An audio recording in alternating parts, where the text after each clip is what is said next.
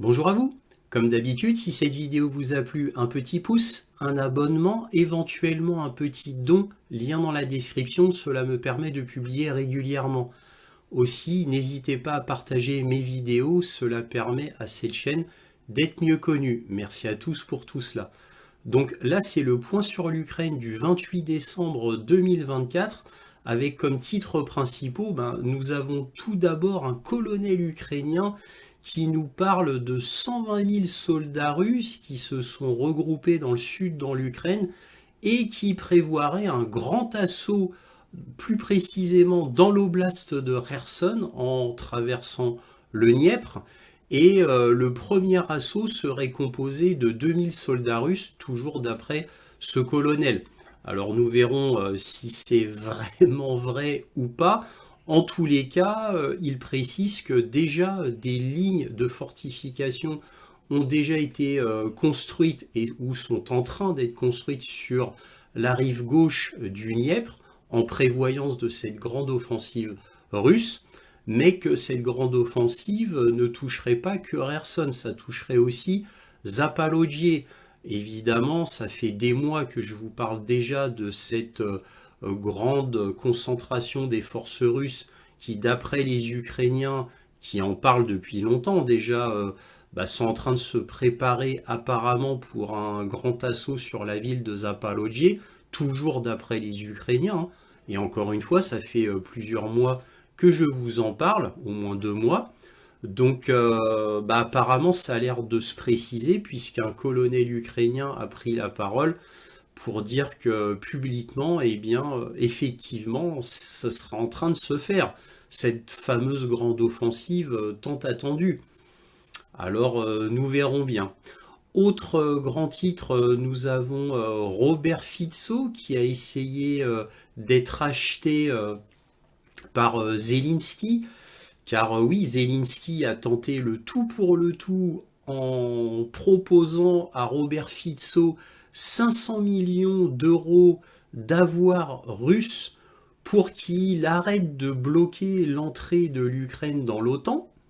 Voilà.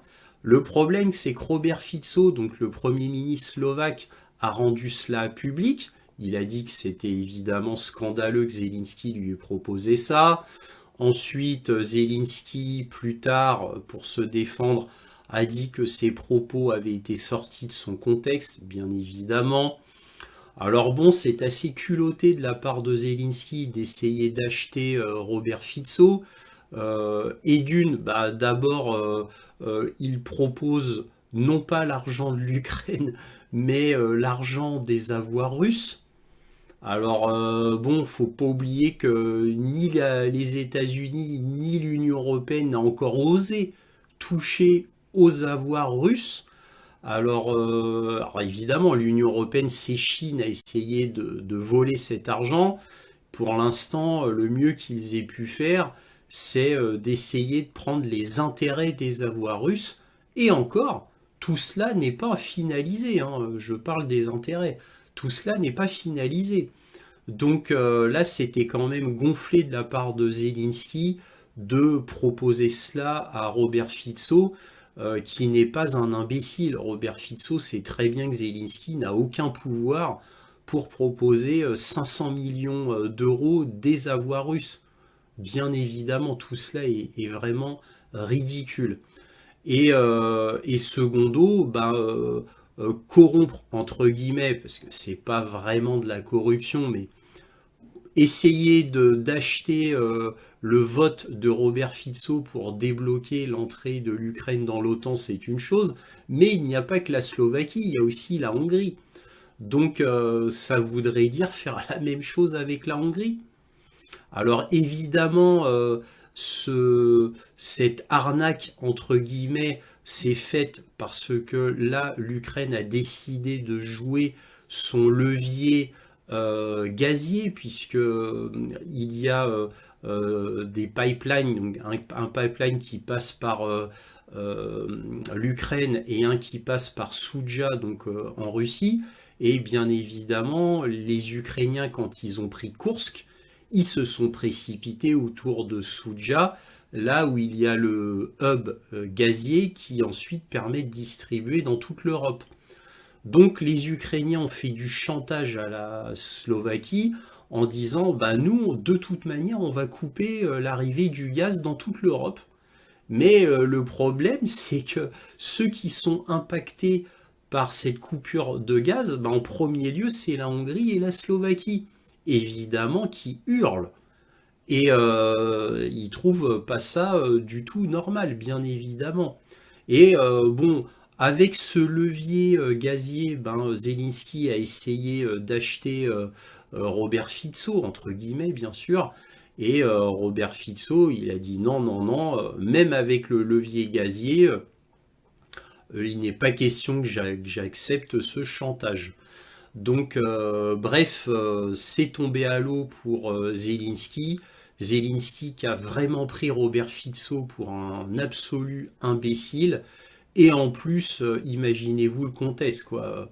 Ah bah, je te force la main, mais je te fais un cadeau pour équilibrer, on va dire, pour compenser, mais ce cadeau, je n'ai absolument aucun pouvoir dessus, et il y a très peu de chances, en gros, que tu l'aies, ce cadeau, puisqu'il faut un accord de l'Union européenne, et l'Union européenne qui est à des années-lumière, pour l'instant, de pouvoir prendre les avoirs gelés russes. Déjà qu'ils ont du mal à avoir les intérêts de ces avoirs gelés, donc là, carrément les avoir gelés. Donc voilà le marché de Zelensky à Robert Fico. C'est scandaleux, c'est complètement honteux, mais nulle surprise, bien évidemment, venant de Zelensky.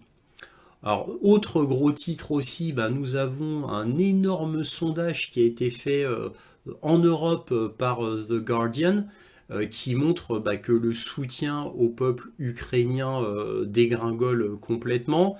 Il était déjà pas excellent, j'ai envie de vous dire, en plein milieu de la guerre, on va dire il y a à peu près 1 an et demi.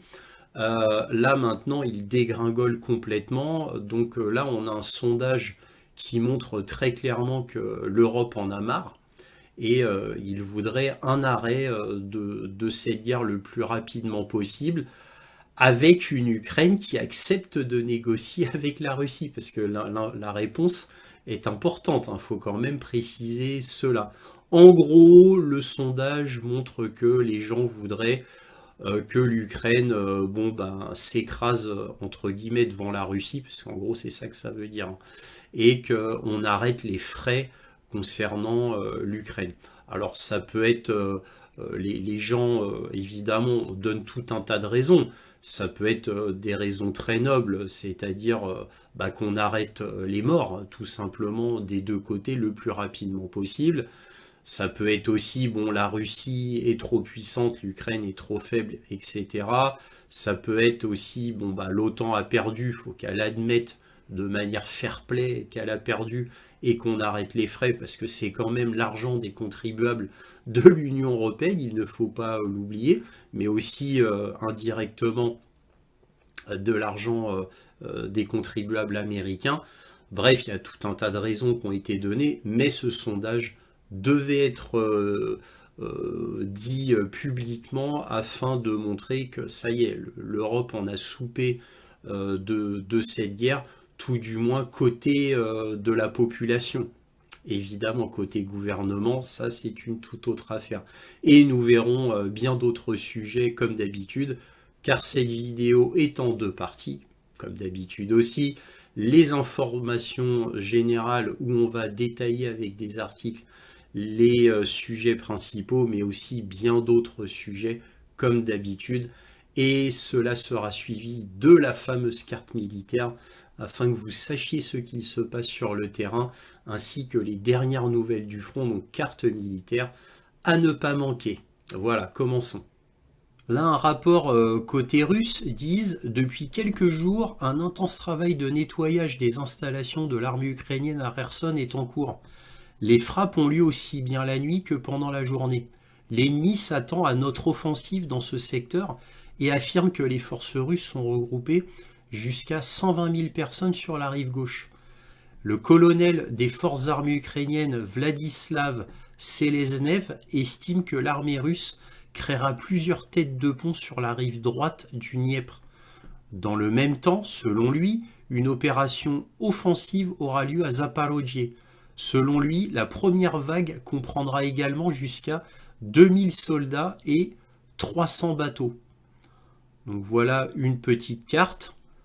Donc là, il y a le pont principal d'Antonovski. Ici, c'est un grand pont extrêmement important du Dniepr. En fait, le plus important du Dniepr.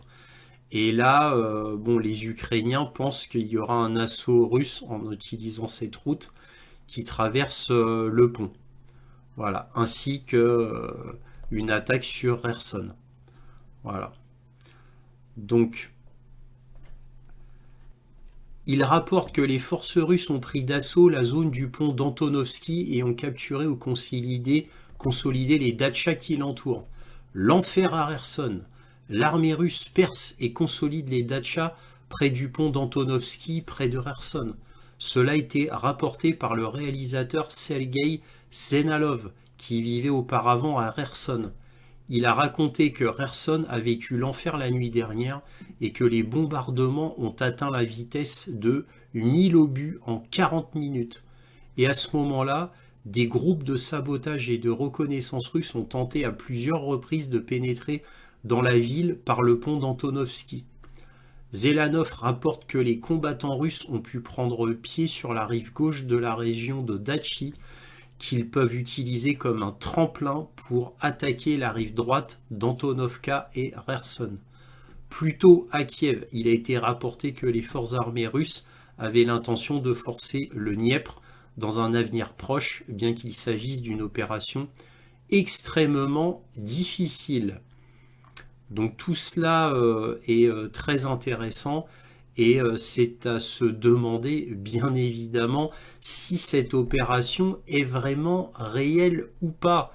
Parce que on a donc des témoignages, mais ça manque quand même de consistance. Car bien sûr, j'ai des rapports ukrainiens de temps en temps, et je vous l'ai dit chaque semaine, mais on parlait plutôt de la zone de Zaporojie. Là maintenant c'est tout nouveau, c'est la zone de Kherson.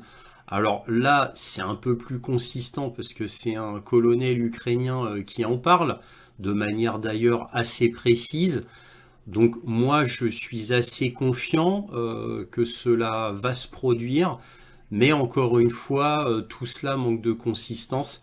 J'attends un peu plus de choses probantes, mais cette fois côté russe, plutôt que les dire côté ukrainien. Nous verrons bien.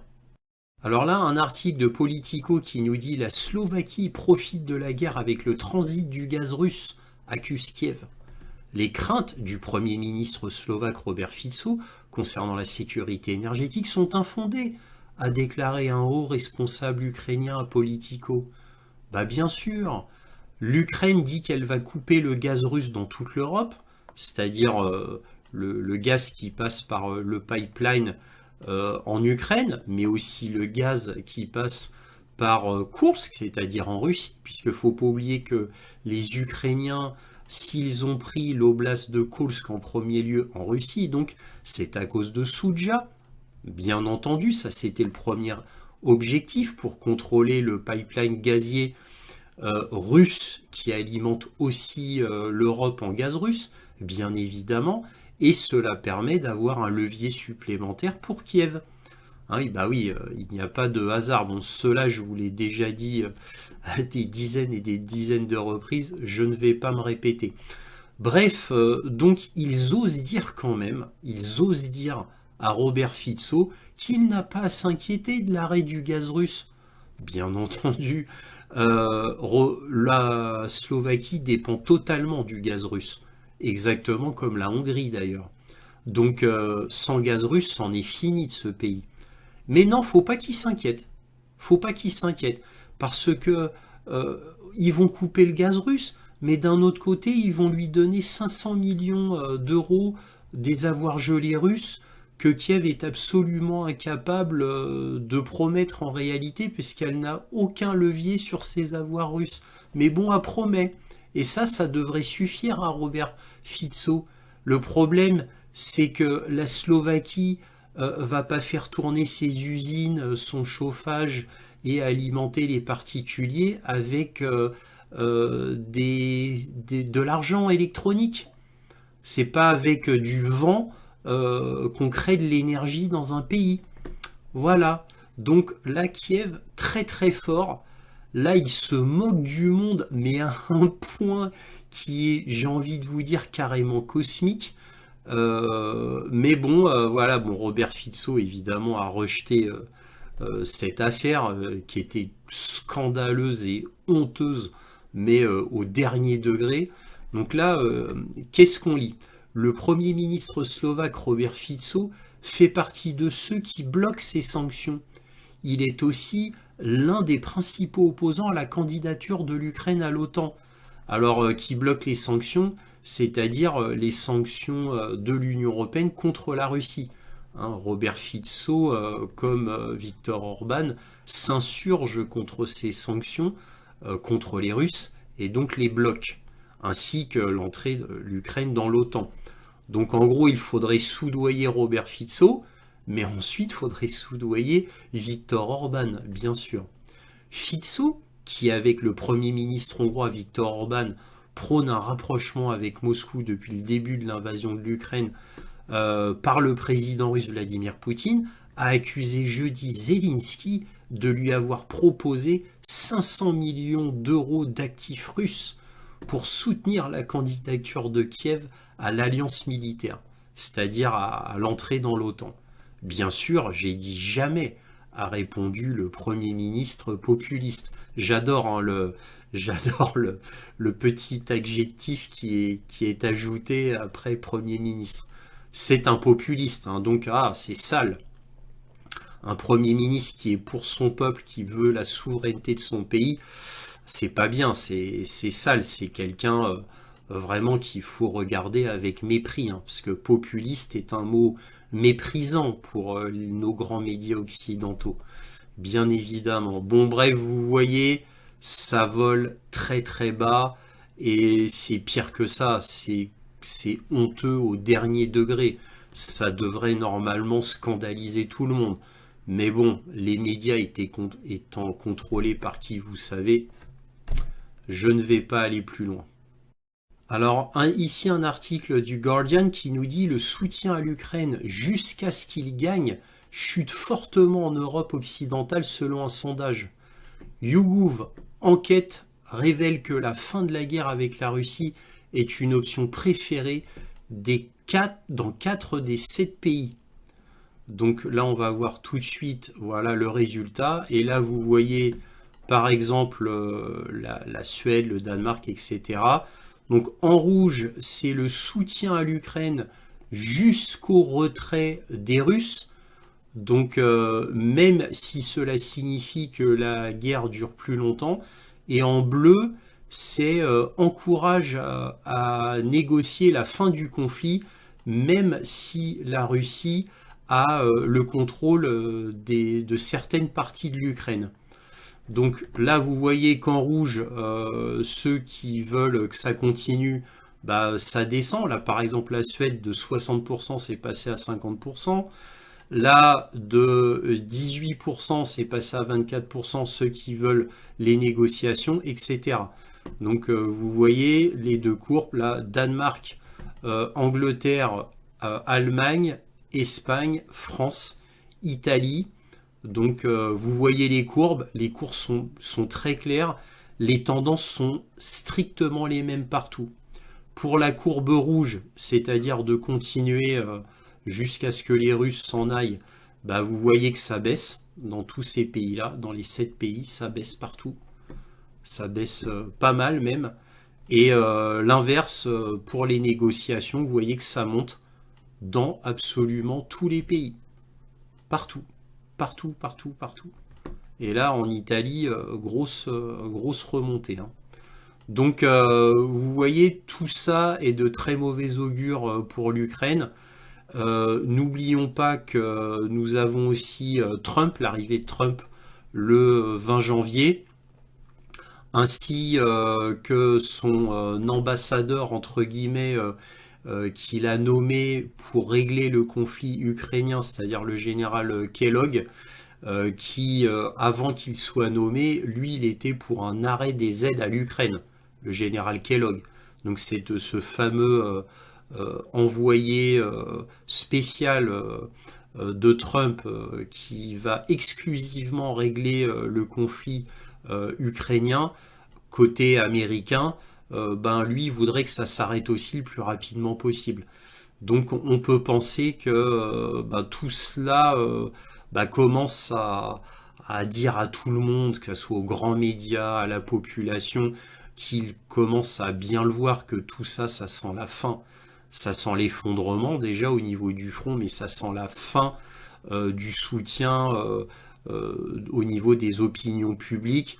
Déjà que bon, le soutien n'était pas si énorme que cela. Hein, regardez, bon là la Suède c'est un peu spécifique, ainsi que le Danemark, parce que eux c'est des soutiens total à la base des États-Unis et donc de l'Ukraine. Mais vous voyez, alors pareil pour la Grande-Bretagne, mais vous voyez, à part ces soutiens américains, ces États vassaux, on pourrait dire américains, ça a démarré à un peu moins de 60%, mais vous voyez, l'Allemagne, c'était à environ 40%. Hein. Vous voyez, si on prend le trait rouge, là, pour l'Espagne, c'est environ 40%, pour la France, environ 40% aussi. Voilà, l'Italie, c'était beaucoup moins, c'était plutôt 30%. Donc, vous voyez, le soutien n'était pas non plus énorme, hein, c'était pas du 80%, etc.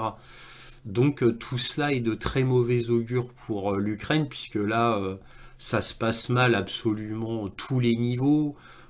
Trump, les grands médias commencent à dire de plus en plus la vérité sur le front. Le front lui-même s'écroule, comme vous le voyez chaque semaine. Et là, maintenant, on a les sondages qui montrent clairement que même le soutien de la population s'écroule aussi. Bref, l'Ukraine, là, doit se préparer vraiment au pire.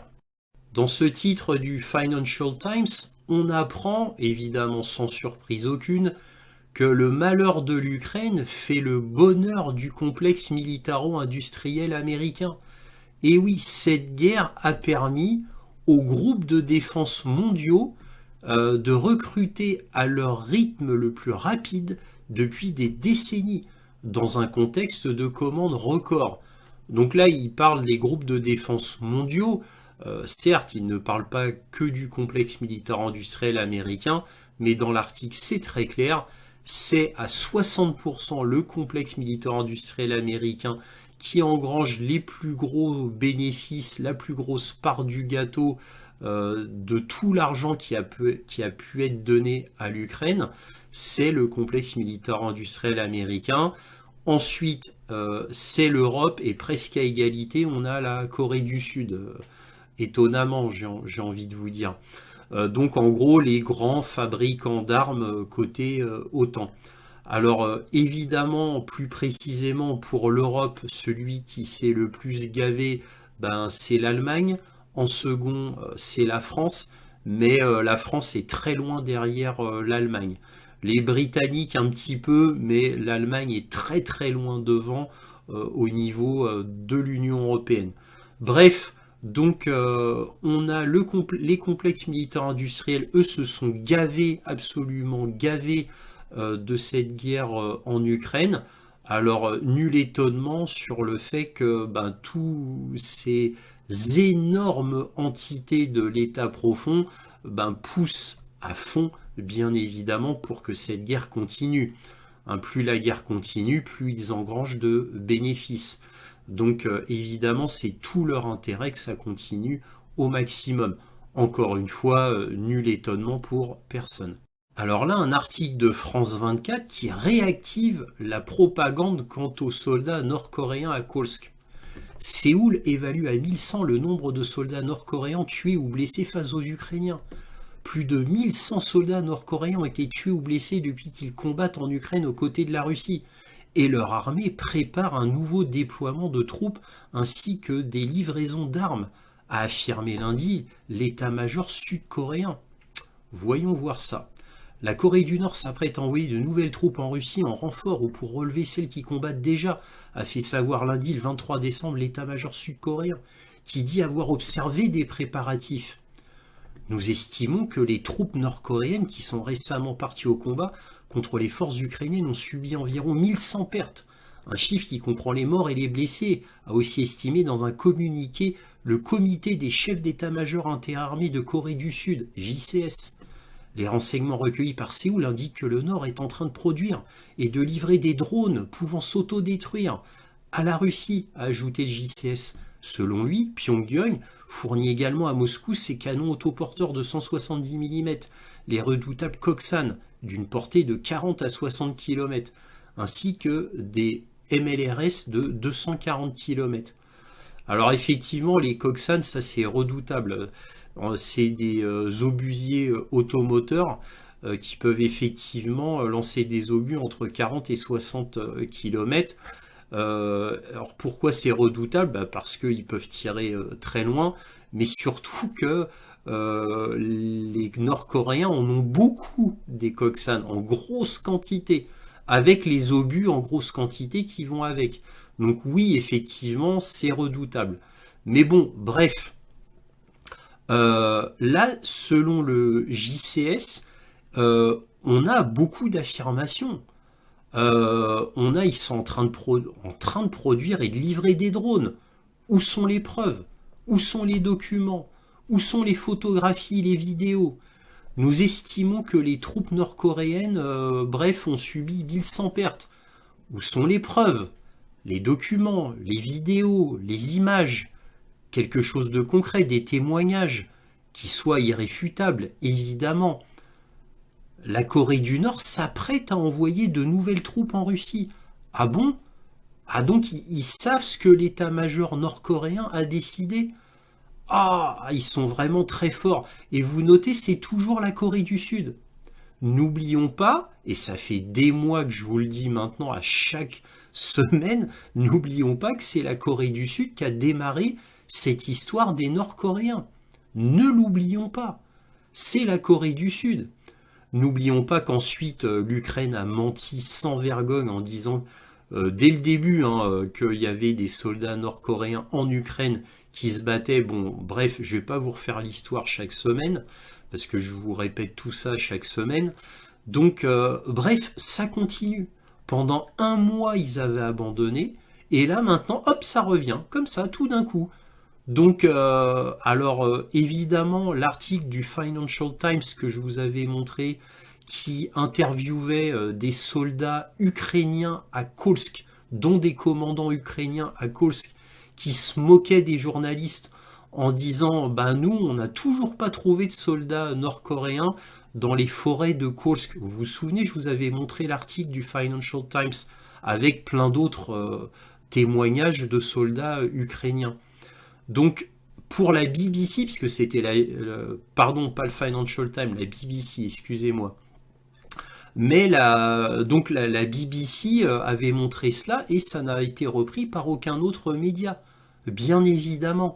Donc, c'est à se poser des questions, puisque les soldats ukrainiens qui se battent à Kursk, eux, témoignent devant la BBC qu'il n'y a pas de soldats nord-coréens à Kursk, mais on a la Corée du Sud. La Corée du Sud qui sait tout. Ils savent le nombre exact, le nombre de morts, de blessés, 1100, voilà, très exactement. Ils savent que la Corée du Nord a prévu d'envoyer des nouvelles troupes. Ils estiment, là c'est de l'estimation, les 1100 pertes. Mais bon, ils font comme s'ils savaient exactement ce qui se passait. Alors, ils estiment, mais leur estimation est quand même très précise. Voilà. Mais avec quoi? Avec quoi ont-ils estimé? Voilà. Donc, et là, les renseignements recueillis par Séoul en train de produire et de livrer des drones. Mais sous quelle base? Quelle preuve? Encore une fois. Donc, bref, c'est toujours la même chose. Là, vous notez que c'est la Corée du Sud toujours qui s'acharne à cela et non pas le Pentagone. Vous notez que les États-Unis sont toujours très prudents. On les voit pas là, hein. Ils s'acharnent pas à faire des estimations. Les États-Unis ou le Pentagone, eux ne font pas ça. La Corée du Sud, tout le temps. Avec de temps en temps Zelensky, bien évidemment, avec son compte Twitter. Et vous notez que Séoul, c'est le gouvernement qui a tenté de faire un coup d'État en interne avec comme prétexte du président de la Corée du Sud, le prétexte du président de la Corée du Sud pour faire ce coup d'État, c'était quoi? Souvenez-vous, c'était il y a des soldats, quoi, des Nord-Coréens qui influenceraient le gouvernement de Séoul.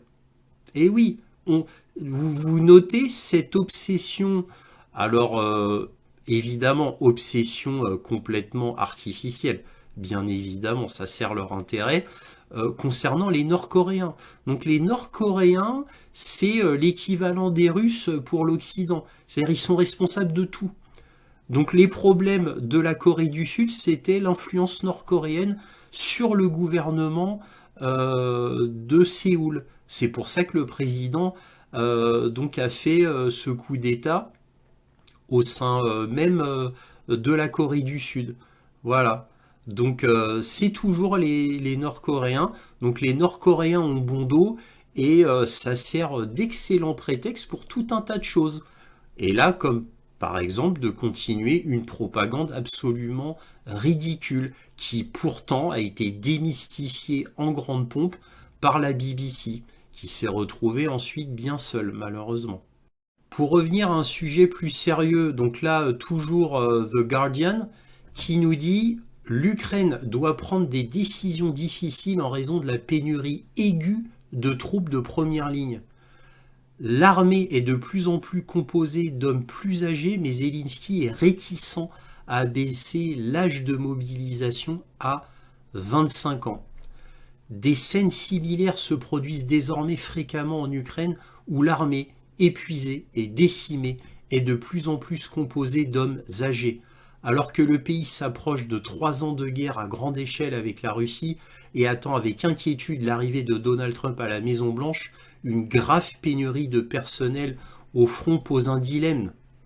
Le président Volodymyr Zelensky a résisté aux appels publics de l'administration Biden visant à abaisser l'âge de mobilisation des hommes de 25 ans actuellement en vigueur à 18 ans, invoquant la sensibilité de l'envoi d'hommes plus jeunes au combat dans une société déjà confrontée à une crise démographique.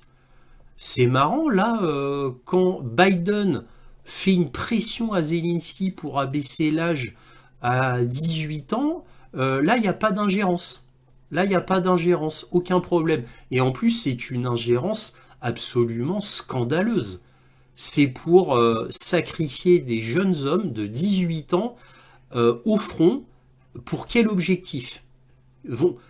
Est-ce qu'il y a une possibilité de victoire en faisant ça? Est-ce que l'Ukraine va gagner en faisant ça? Non, c'est juste pour continuer la guerre et en sachant que la guerre sera perdue de toute manière. Tout le monde le sait, tout le monde le dit plus ou moins ouvertement, mais pourtant il y a toujours une pression de Biden, du gouvernement, sur Zelensky. Pour l'instant, Zelensky tient bon, mais en soi, c'est absolument scandaleux. Et vous notez qu'aucun média ne relève cette ingérence absolument scandaleuse. Bref. Mais alors que la Russie continue de trouver de nouvelles recrues pour ses avancées, l'armée a du mal à trouver suffisamment de personnes pour combler les lacunes au front. Une série d'entretiens avec des officiers ukrainiens qui ont parlé sous couvert d'anonymat, compte tenu de la sensibilité du sujet, dresse un tableau inquiétant de l'effort de guerre de l'Ukraine. Les gens que nous recevons aujourd'hui ne ressemblent pas à ceux qui étaient là au début de la guerre, a déclaré un soldat actuellement en service dans la 114e brigade de défense territoriale ukrainienne, qui a été déployée dans divers points chauds au cours des 2 dernières années. Récemment, nous avons reçu 90 personnes, mais seulement 24 d'entre elles étaient prêtes à se déplacer sur leur position. Les autres étaient âgés, malades ou alcooliques. Il y a un mois, ils se promenaient dans Kiev ou Dnipro et maintenant ils sont dans une tranchée et peuvent à peine tenir une arme. Ils sont mal entraînés et mal équipés, a-t-il déclaré. Deux sources au sein des unités de défense aérienne ont déclaré au Guardian que le déficit au front était devenu si grave que l'état-major général avait ordonné aux unités de défense aérienne déjà réduites de libérer davantage d'hommes pour les envoyer au front en tant qu'infanterie. Ça vous rappelle pas le tweet de Mariana Bezuglaya qui avait dit oui, il y a carrément des pilotes qui sont envoyés avec des ingénieurs, des médecins sur la ligne de front. Vous vous souvenez de ça? Je vous en ai parlé à maintes reprises. Et c'était vrai. Vous voyez là, c'est confirmé là, par The Guardian, et non pas par des tweets que je vous montre de cette fameuse députée de la Rada. Nous avons atteint un niveau critique où nous ne pouvons plus être sûrs que la défense aérienne puisse fonctionner correctement, a déclaré l'une des sources, expliquant avoir été poussée à s'exprimer par crainte que la situation ne constitue un risque pour la sécurité de l'Ukraine. C'est énorme ça, hein. C'est énorme. Ces gens savaient comment fonctionne la défense aérienne. Certains avaient été formés en Occident et avaient de réelles compétences. Maintenant, ils sont envoyés au front pour combattre, pour lequel ils n'ont aucune formation, a déclaré la source.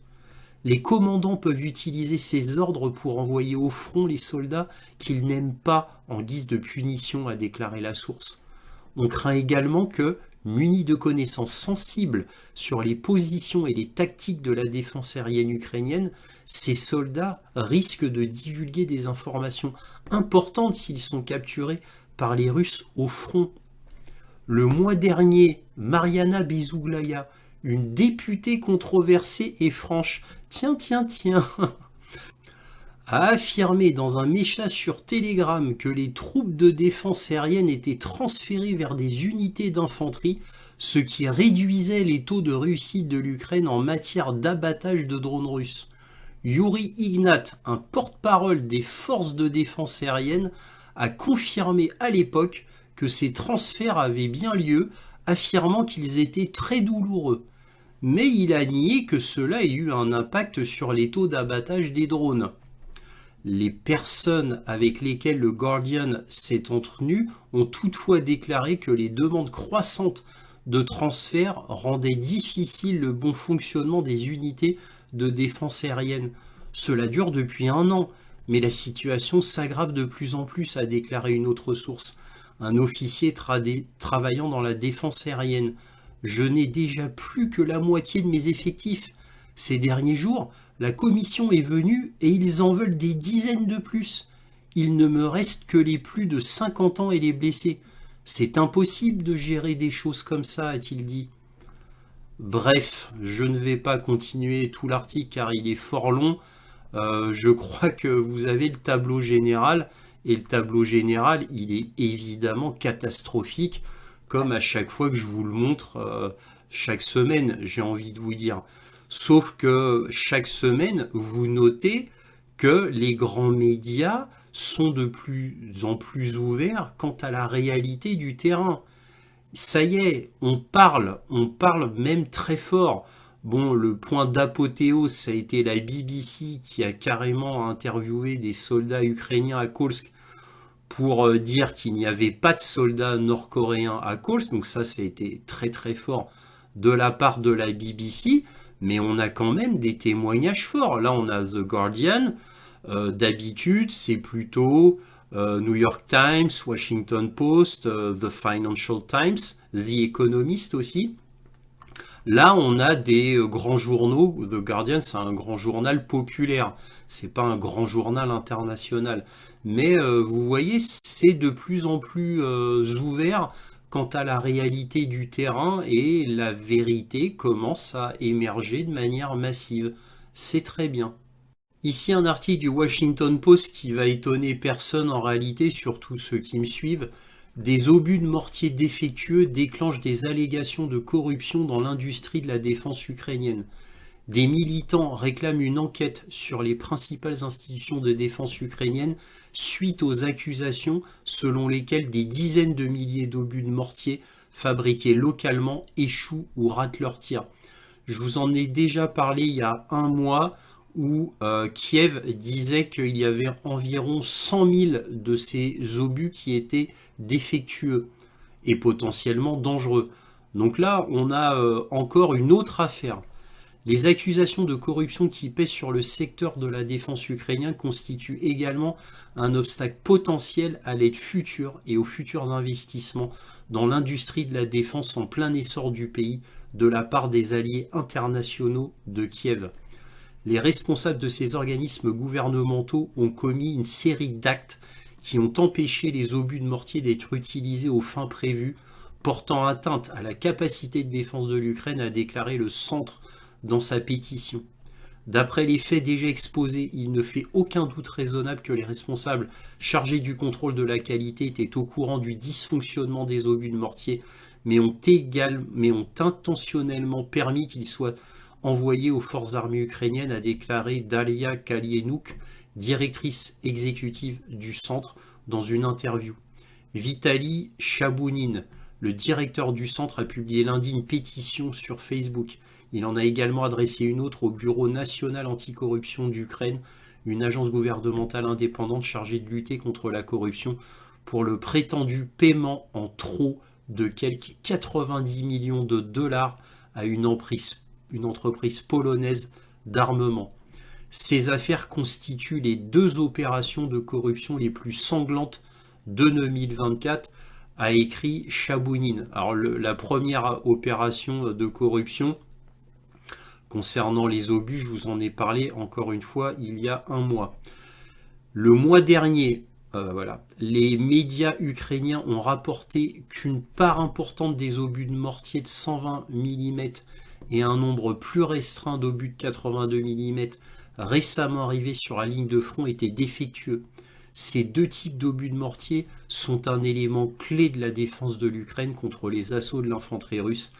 Les soldats d'une unité ont déclaré que seulement un obus de 120 mm sur 10 avait explosé avec succès selon les médias locaux. Vous vous rendez compte? Seulement un obus sur 10 a explosé avec succès selon les médias locaux. C'est terrible. C'est terrible. Ça n'en finit plus. Donc l'Ukraine a tellement de facteurs qui vont contre sa réussite. Là, on parle de la corruption. Nulle surprise, évidemment. L'Ukraine est un des pays les plus corrompus du monde de très loin. On a eu des affaires énormes. N'oublions pas la première grande affaire énorme, ça a été fait avec le très grand média populaire américain CBS, qui avait mené sa propre enquête et qui déjà, à l'époque, je vous parle de cela il y a plus de 2 ans, qui disait que l'Ukraine, en réalité, ne recevait pas 70% du matériel reçu. Je parle d'armement. Vous vous rendez compte, ça veut dire que 70% du matériel était détourné. Et à l'époque, je vous avais parlé par le gouvernement lui-même, par les seigneurs de guerre, par la mafia, par les groupes néo-nazis, principalement private sector, c'est-à-dire le secteur droit, et le bataillon Azov, ainsi que la faction Stepan Bandera. À cette époque, il y a 2 ans, je vous l'avais dit. Alors, la corruption a quand même largement diminué, il faut le préciser. Hein, c'est plus comme il y a 2 ans. Il y a 2 ans, c'était absolument infernal. Absolument tout était complètement corrompu. Surtout qu'il ne faut pas oublier que au moment où je vous parle, eh bien, il y a toujours eu aucune instance d'enquête, de supervision, de surveillance quant à ce qui est donné à l'Ukraine. L'enquête de CBS, d'ailleurs, j'avais le reportage qu'ils avaient fait, je vous l'ai mis, hein, le reportage dans son intégralité est sur ma chaîne Odyssée, hein, de l'époque. Donc vous avez le reportage en français et en anglais. Hein. Voilà, donc vous pouvez le voir, hein, c'est sur ma chaîne Odyssée. Bref, à cette époque-là, ça avait fait un tel scandale que le Pentagone avait promis qu'ils allaient faire une institution de surveillance. Mais rien n'a été fait. C'est-à-dire tout ce qui est donné par l'Union européenne et les États-Unis en financement ou en armement, il n'y a toujours aucune instance de supervision. Toujours rien. Donc c'est absolument scandaleux. C'est-à-dire l'argent des contribuables américains et de l'Union européenne, en réalité, une grande partie part en fumée et va dans les poches de tous ces gens corrompus. Zelensky en premier, bien évidemment, hein, puisqu'il faisait partie du centre des Pandora Papers, Zelensky. Faut pas l'oublier. Donc, et maintenant qu'il a été président, ukrainien, il en a profité, mais très très très largement, bien évidemment. Bref, tout est scandaleux ici. Les problèmes de l'Ukraine n'en finissent plus, puisqu'on a DPA International qui nous dit Zelensky dénonce des coupures de courant suite à l'attaque russe inhumaine, entre guillemets, de Noël. Effectivement, les Russes, au 25 décembre, ont fait une attaque assez énorme de 70 missiles et d'environ 100 drones le jour de Noël. Alors bon, pourquoi ils ont fait ça le jour de Noël? Ben, tout simplement, c'était aussi pour contrer Kiev. Parce que avant l'opération militaire spéciale de la Russie en Ukraine, les Ukrainiens ne célébraient pas Noël le 25 décembre.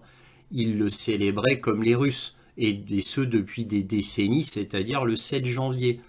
Donc là, depuis qu'il y a la guerre en Ukraine, Zelensky a décidé que ben, le Noël russe, au lieu, quoi, le Noël ukrainien, pardon, qui était normalement le 7 janvier, soit mis au 25 décembre pour faire comme les Occidentaux.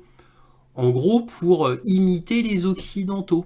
Alors vous doutez bien qu'en réalité, la majorité des Ukrainiens qui pendant des décennies ont fêté Noël le 7 janvier, là cette décision unilatérale de Zelensky, en réalité dans la population, elle n'a pas été prise avec joie. Alors évidemment, les interviews sont faites à Kiev, à chaque fois par les grands médias, et par des jeunes donc qui sont dans la propagande occidentale. Donc eux, ils disent oui, c'est bien le 25 décembre. Mais la population dans son entièreté en Ukraine, en majorité, voulait pas de cela. Hein. Il n'y a pas eu de référendum hein, pour une décision aussi majeure. C'est Zelensky qui a décidé tout seul. Il n'a pas demandé l'avis de son peuple de changer les traditions ukrainiennes qui sont là depuis des décennies. Non, il n'a rien demandé. Il a dit c'est comme ça. On va faire comme les Occidentaux. Et point barre, parce que les Occidentaux nous aident. Donc on va aussi prendre leurs traditions à eux. Voilà, on va tout prendre des Occidentaux. Donc le wokisme, le Noël, leur façon de gérer la société. Bref, on va devenir comme un Français et des Anglais. Et la culture ukrainienne, c'est terminé. Vous l'oubliez. Faut qu'on devienne comme un Américain moyen. Voilà ce qu'a décidé Zelensky, encore une fois sans référendum, bien évidemment. Toujours DPA International qui nous dit Poutine promet de se venger de l'attaque de Kazan.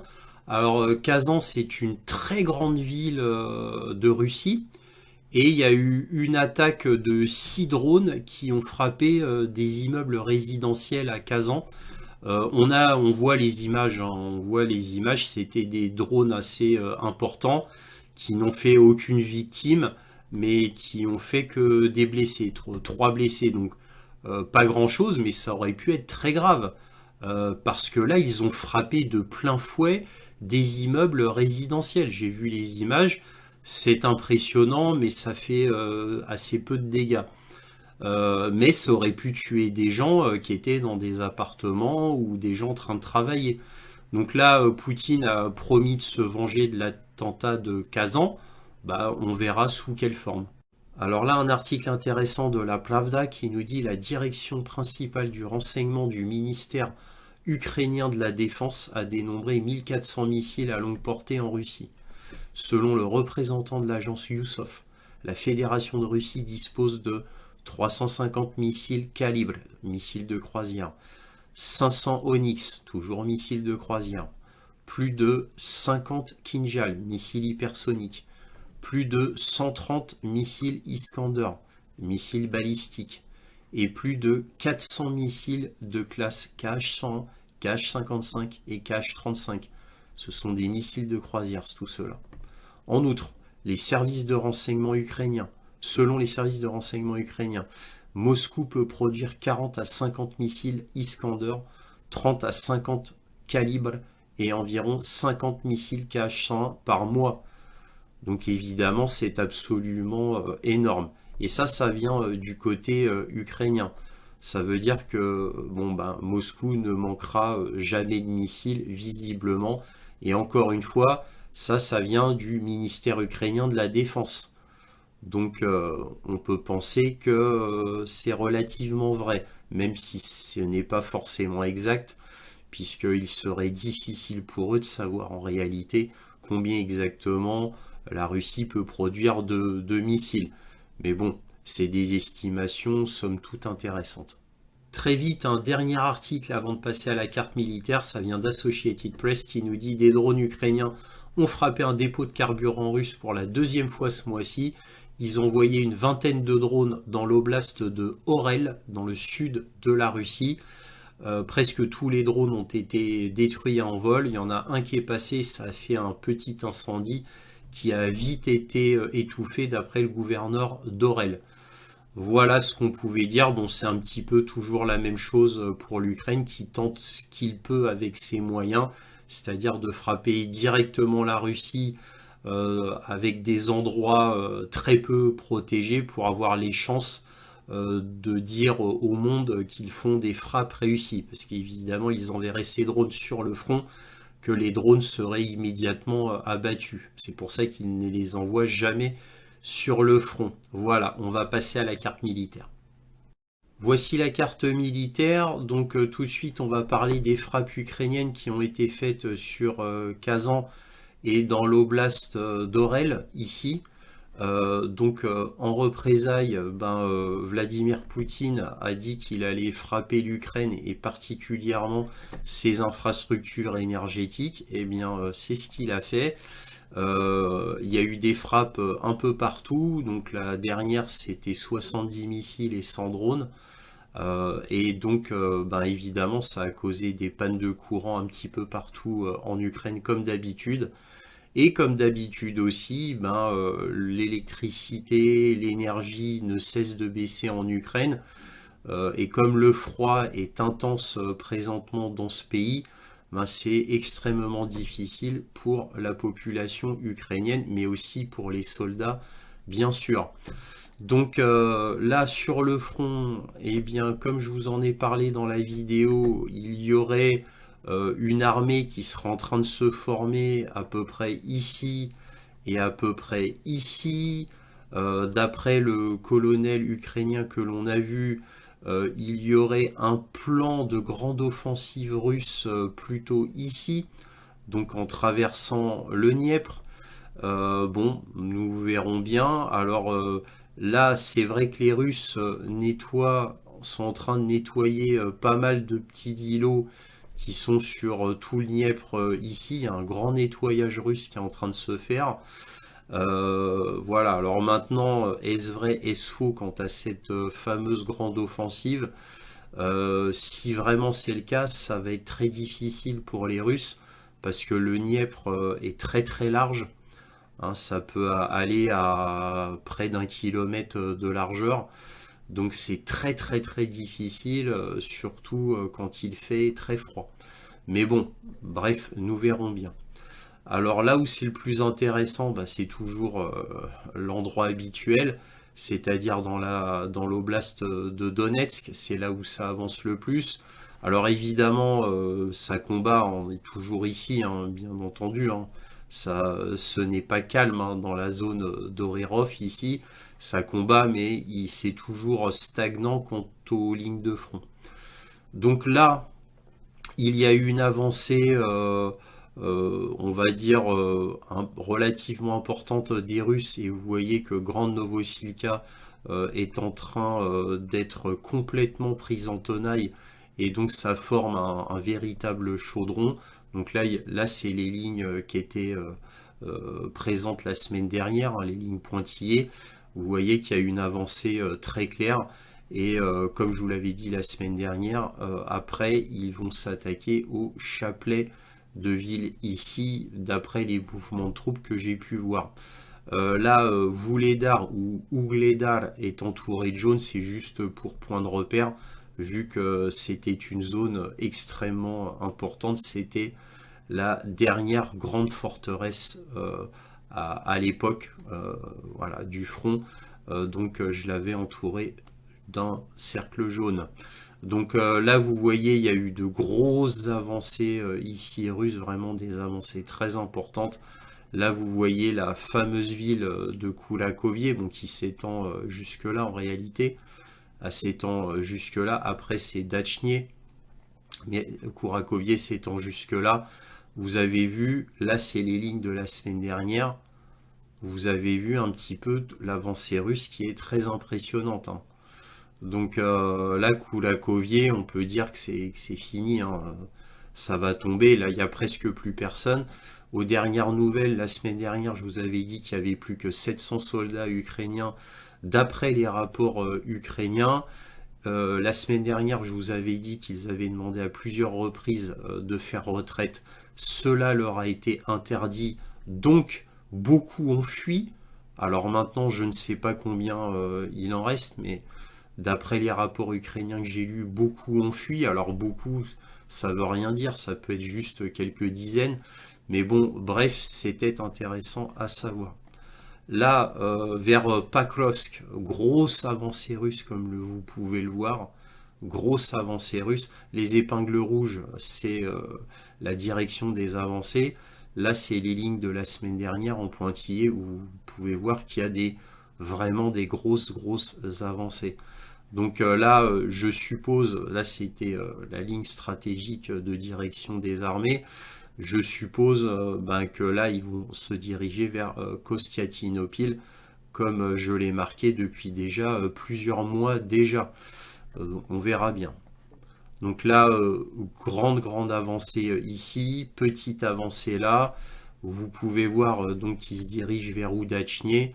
Quand Oudachnier sera prise, comme je le dis chaque semaine depuis des mois maintenant, eh bien, les Ukrainiens n'auront plus de sidérurgie, on peut dire ça, hein. On peut dire qu'ils n'auront plus de sidérurgie. C'était la dernière mine de charbon de haute qualité d'Ukraine, à ma connaissance. C'est pour ça que j'avais mis charbon ici.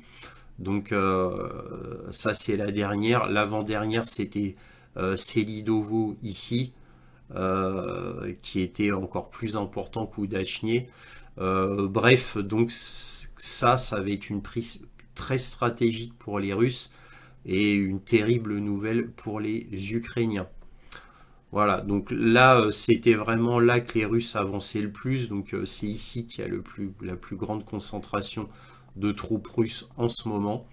Sur Toretsk, alors pourquoi c'est entouré de vert? Parce que c'est très important. Et ce qui est le plus important, c'est entouré d'un carré rouge.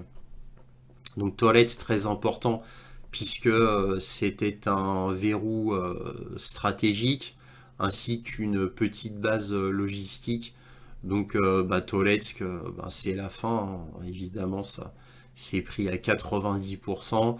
Les Russes avancent lentement, hein, sur Toretsk, hein. Donc c'est très important pour les Ukrainiens. C'est pour ça qu'ils jettent pas mal de force sur Toretsk, mais pas que. Ils jettent énormément de force sur Tchassivial. Tchassivial étant le plus grand verrou du front qui mène à Kramatorsk et ensuite sur Slaviansk. Donc évidemment, c'est là où les Ukrainiens jettent le plus de troupes, c'est-à-dire Pakrovsk, Toretsk, Tchassivial. Siversk, ce chaudron que les Russes ont énormément de mal à fermer, ça reste stagnant. Donc, alors ça reste stagnant parce que ici, depuis très longtemps, il y a toujours eu beaucoup de forces ukrainiennes qui veulent tenir Siversk. C'est pour ça. Mais il y a un autre facteur important, c'est que pour les Russes, c'est pas important d'avancer ici. C'est pas les zones importantes. Donc c'est pas ça qui compte. Donc il y a pas beaucoup de forces russes, relativement pas beaucoup, ils font principalement de la défense agressive, mais ils n'essayent pas vraiment d'avancer, hein, puisqu'ils ont concentré leurs troupes ici. Donc là, ils font de la défense agressive, mais voilà, ils n'essayent pas d'avancer à tout prix. C'est pour ça que, bon, par exemple, Liman, qui est un endroit important, stratégiquement, c'est pour ça qu'il est entouré d'un triangle rouge, mais c'est pas une prise ultra importante comme les carrés rouges, mais c'est quelque chose qu'ils veulent avoir, ben ils avancent pas, hein, depuis longtemps d'ailleurs. Alors un peu plus au nord, là il y a eu une petite avancée ici, donc Lozova a été prise, mais bon voilà, ça, ils ont beaucoup de mal à avancer dans le nord, hein.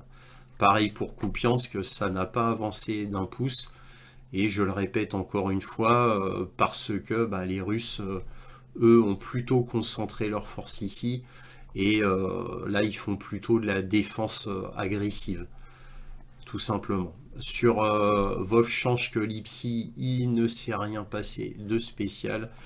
Sur Kursk, par contre, oui, il y a eu une grosse avancée russe, comme vous pouvez le voir. Donc là, c'est les lignes de la semaine dernière. Donc là, il y a eu une grosse avancée. La prochaine ville qui sera prise par les Russes, ce sera Malaya, très certainement, puisqu'on peut voir que c'est toujours depuis déjà, on va dire, allez, 2 mois au moins, que c'est toujours de ce flanc ouest que les Russes avancent. Donc toujours de ce flanc-là, toujours le même. À un moment donné, il y a eu une petite avancée russe ici, mais c'était exceptionnel et ils n'ont pas plus avancé que ça. On voit que c'est plutôt vers là. Et là, vous voyez Souja, donc entouré d'un rond rouge.